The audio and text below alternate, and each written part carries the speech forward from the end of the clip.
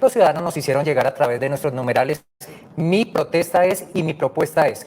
Dos escenarios que hoy nos permiten estar aquí para hablar de lo que los diferentes sectores sociales opinan en la actual situación del país. Nos acompaña para ello Sebastián Osorio, el representante de Búho, empresa consultora que se encargó de hacer un seguimiento pormenorizado de cada una de las interacciones de nuestros televidentes y seguidores en las redes sociales. Sebastián, bienvenido y gracias por estar con nosotros.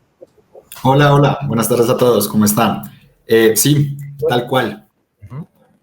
Tal cual como lo mencionamos. Sí, estábamos hablando ahora de la introducción de dos momentos para este análisis, que fue la primera parte de la protesta, que era Mi Protesta Es, y la otra, Mi Propuesta Es. ¿Qué encontraron ustedes en este análisis juicioso que han hecho durante el desarrollo del paro nacional que pueda hacer de resaltar, que nos marque de pronto un derrotero de lo que está pasando en este momento en el país? Sí, tal cual. Digamos que la idea de esta alianza primeramente fue poder entender eso que los ciudadanos estaban queriendo decir en redes, poder coger esa mar de datos que habían y darle un sentido. Creemos desde Búho que lo importante de tener datos y darle sentido es darle un sentido a esa conversación, que no sea una conversación polarizada, sino saber realmente qué es lo que la gente propone y qué es lo que motivó a la gente a protestar. Entonces, cuando nació esta alianza con Canal Capital, lo que hicimos fue buscar precisamente entender esa voz ciudadana y básicamente para ya en grandes rasgos y un poco grande, hallazgos más macro, lo que nos mostraron los datos fue que primeramente es una conversación que casi el 73% de la gente está de acuerdo en movilizarse. Realmente es una movilización que es legítima, la gente tenía diferentes razones, pero sí había un 73% de personas que expresamente decían yo sí quiero salir a marchar y ahí fue lo que entramos a analizar. Por otro lado, había figuras políticas, digamos que el gobierno nacional no se lo muy bien parado esta vez, salían bastantes críticas al gobierno y a figuras políticas de la actualidad. Y lo segundo que nos pareció importante es que si bien no se dio una figura central que enmarcara o que englobara las necesidades o las protestas de la gente. Digamos que no hubo una figura que la gente que salió a protestar resaltara o que le diera, digamos, más validez. Pero hablando del tema de las emociones y las motivaciones, ¿si pudieron ustedes identificar qué llevó a los capitalinos, qué llevó en varias ciudades del país a que la gente saliera a las calles? Sí, digamos que esto fue lo valioso del análisis. Básicamente pudimos identificar 5 razones o 5 motivaciones de protesta que hicieron que la gente saliera de su casa a manifestarse, bien sea en pro o favor de algo. Digamos que este estudio no buscó polarizar, sino más bien entender el panorama completo que motivaba a una persona a salir. Y por el otro lado, entender qué era lo que motiva o qué soluciones venían desde la misma ciudadanía. Yo salgo a protestar, pero adicional a eso, ¿qué propongo como ciudadano para que realmente pues, se llegue a un acuerdo y se llegue, digamos, a una solución de la problemática social? Por lo menos uno alcanzaba a ver como televidente, pues nosotros estábamos acá en los especiales de Noticias Capital y casi la mayoría de los mensajes que nos llegaban a través de video, a través de las mismas redes sociales, tenían que ver con el tema de la corrupción. Esa fue una de las temáticas más repetitivas dentro de las actividades que se detectaron en redes sociales. ¿Eso también ustedes lo percibieron?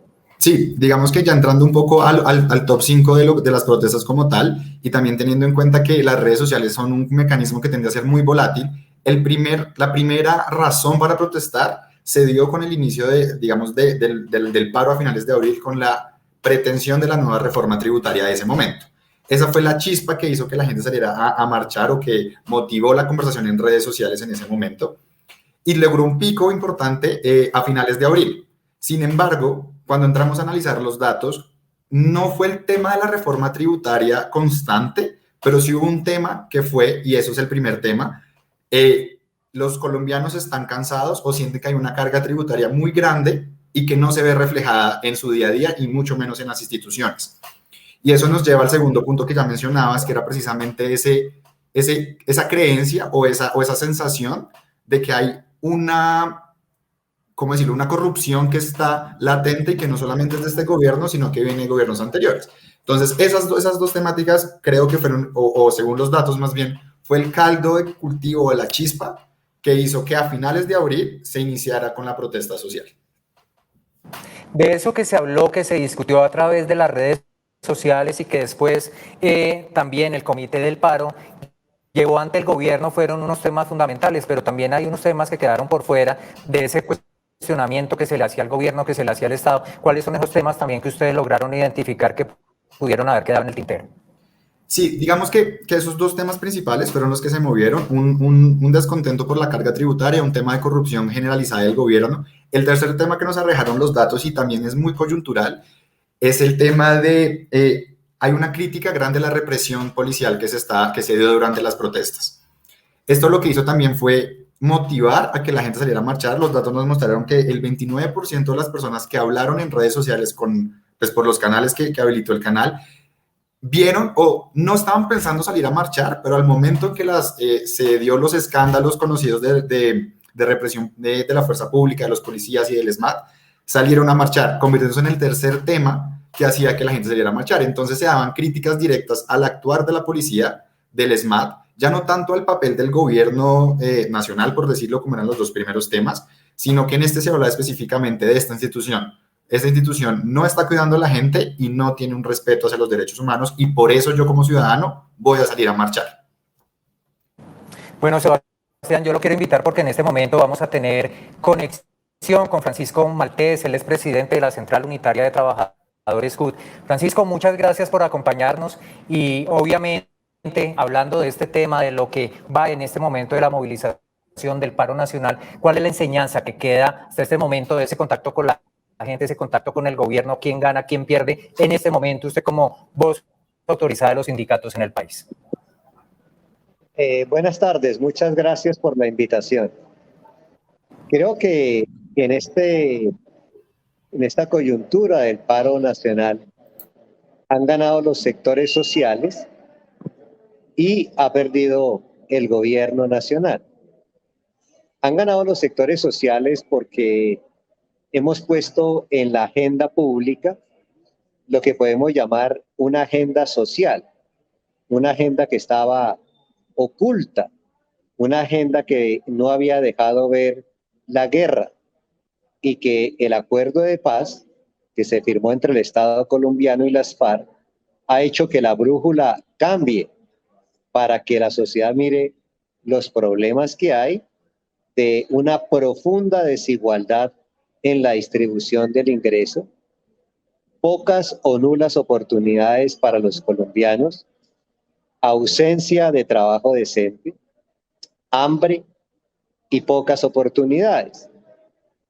Esta agenda que estaba oculta ha saltado al escenario de la discusión nacional y por supuesto ha perdido el gobierno por varias razones.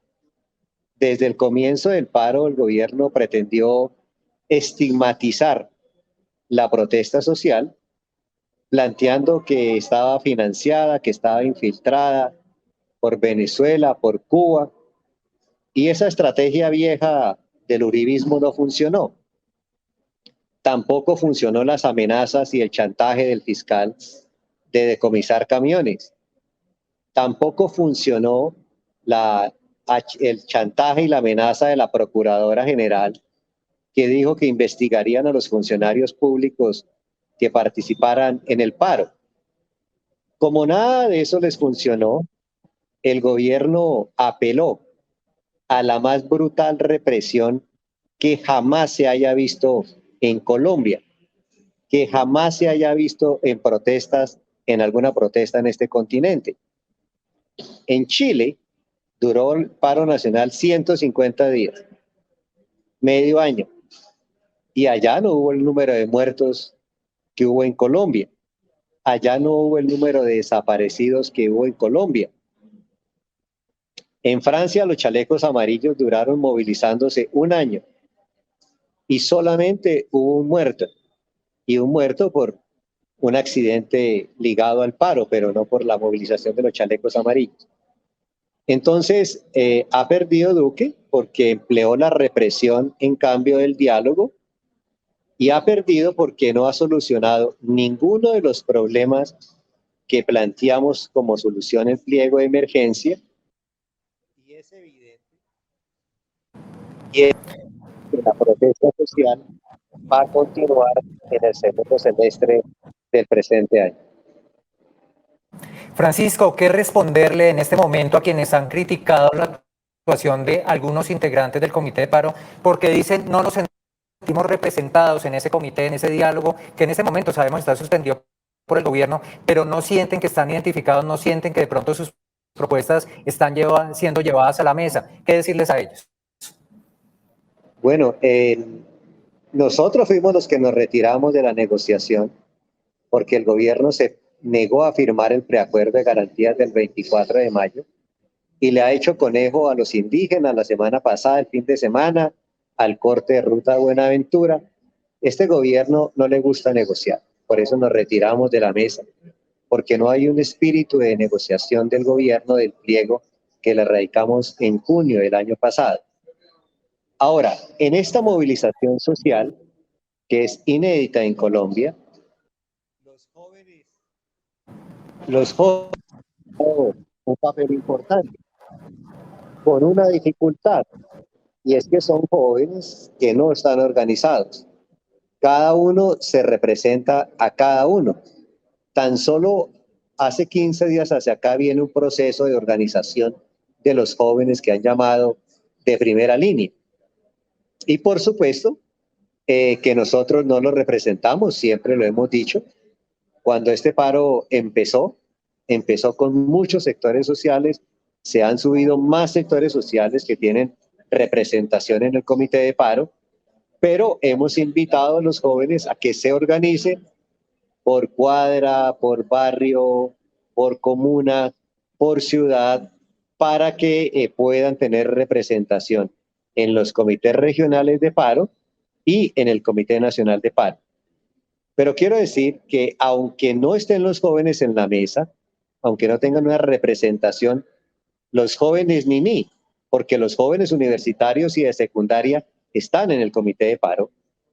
Cuando le explicamos a estos jóvenes que han estado en primera línea el pliego de emergencia y particularmente el primer punto que pedimos renta básica de un salario mínimo para 10 millones de personas por 7 meses, sienten que sus necesidades están expresadas particularmente en ese punto. Análisis que estamos adelantando, que también se encuentra con nosotros Sebastián, y escuchamos también a Francisco Maltés con esta intervención que hizo haciendo este balance por parte de los sindicatos de este paro nacional. Quisiera preguntarle a Sebastián si está de acuerdo con la explicación que dan los sindicatos, esa visión que se está haciendo de quienes están representando y a quienes no representan durante estas movilizaciones. ¿Qué le parece lo que ha dicho los sindicatos, Sebastián? Sí, digamos que otra cosa que me parecía relevante destacar en la intervención era que en el momento que hicimos el análisis, si bien no hubo una figura política y digamos central que agrupara las necesidades del paro, o al menos en lo que los datos nos mostraron en las redes no era claro, sí hubo dos figuras que fueron relevantes y fue la figura del manifestante y la figura del campesino. Esas figuras se veían como figuras casi heroicas que estaban luchando por lo que los colombianos necesitaban. Entonces, digamos que eso sí va muy enmarcado a lo que se decía anteriormente de cómo se están organizando esos grupos de jóvenes e incluso los mismos campesinos, y sí se está resaltando el papel, o por lo menos los colombianos, y lo que nos mostró el estudio es que sí resaltan esas dos figuras como figuras relevantes dentro del paro. Por otro lado, también quería mencionar que sí fue muy claro lo que se mencionaba, lo que se mencionó en la intervención anterior, y sí hay un descontento por promesas que se hicieron en el pasado que no se han cumplido. Es decir, hay una carga de una deuda social, por decirlo de alguna manera, de diferentes administraciones, diferentes carteras que no se han cumplido y que para este paro, y que incluso en los datos son claros, casi el 26% de las personas marchaban precisamente por esa deuda histórica que está teniendo el gobierno con los colombianos. Entonces es algo que ha venido calando y que se carga actualmente. Francisco, ¿nos está escuchando? Ya. Sí, Francisco, nosotros le estábamos preguntando ahora antes de la intervención de Sebastián si ustedes están de acuerdo con esos señalamientos de oportunismo político por parte de algunos integrantes de los sindicatos. Veíamos en días pasados el episodio de FECODE. ¿Eso es cierto? ¿Eso pasó o es algo que pase normalmente cuando se generan este tipo de escenarios como un paro nacional? El pliego de emergencia que estamos planteando es un pliego político. Le estamos diciendo al gobierno distribuya diferente el presupuesto a como lo distribuye hoy. Métale menos a la guerra, métale menos al pago de la deuda y métale más plata a la renta básica. Eso es un problema político. Le estamos diciendo al gobierno, en el punto cuarto de que es financiar el salario de los trabajadores de las pequeñas y medianas empresas. No le dé el 50% como pasó en el pasado programa de ayuda al empleo formal a las megaempresas que tienen músculo financiero.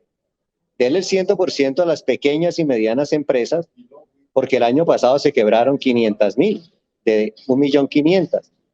Eso es un contenido, por supuesto, eminentemente político que tiene que ver con el manejo de la hacienda pública y la distribución del presupuesto. Este es un problema político que queremos que cambie la asignación de los recursos en el país. Es un problema político. Ahora, es lógico que las personas, esa es la política del Comité Nacional de Paro, y es lógico que pueda haber personas dentro del comité que puedan tener aspiraciones políticas. Eso no significa que tienen el acompañamiento, eso no significa que tienen el aval del Comité de Paro. Esas personas actúan de manera individual y la posición oficial del Comité Nacional de Paro es la que estoy expresando en este momento. Francisco, muchísimas gracias por acompañarnos en este espacio, en esta comunicación, y que sabemos que también la gente que está a través de las redes sociales también está muy pendiente. Que esté muy bien. Gracias, muy amables. Gracias.